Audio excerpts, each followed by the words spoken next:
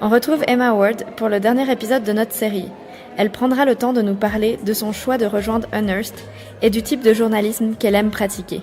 I decided to move because I found it really exciting. So journalism is obviously in crisis, financial crisis, and that creates a lot of problems. And one of the problems I think is that you're seeing sort of longer form journalism, more thoughtful journalism being cut from newsrooms, and really there's so few resources for that anymore.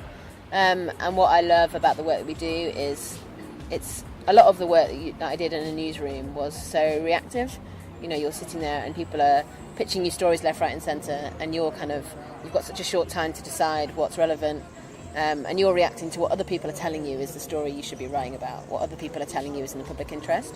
Whereas what we do is we look at environmental issues and we sit back and we think, you know, what's most relevant here, what's most in the public interest, what are the vested interests in this issue, what's the cause of this, what are going to be the likely consequences of this, who's responsible, and then we go out and try and find the answers, and we do that through data, we do that through freedom of information, we do that through undercovers, through lots of ways. So it's proactive journalism rather than reactive. We care about getting it to the people who have the power to do something.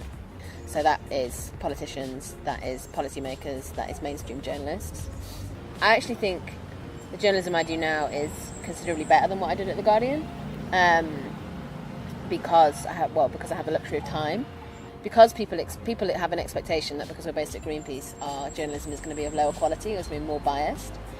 So in order to make our journalism credible, we actually have to go a step above what most journalists do. In order to gain their credibility, we actually have to meet a higher bar. So my journalism actually is more rigorous, more facts-based than it would be if I was working at a mainstream news organisation.